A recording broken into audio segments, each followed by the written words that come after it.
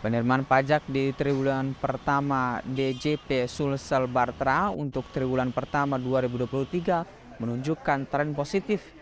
Realisasi penerimaan pajak mencapai 3,67 triliun atau telah sampai 20,5% dari target penerimaan pajak sebesar 17,9 triliun rupiah. Membaiknya penerimaan pajak tahun ini didorong dari faktor aktivitas ekonomi yang terus membaik hingga adanya implementasi undang-undang harmonisasi peraturan perpajakan.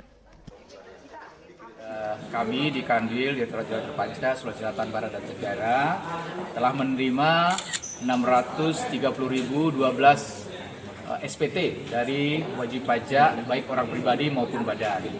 Dan ini menunjukkan kinerja tumbuh 8,1%.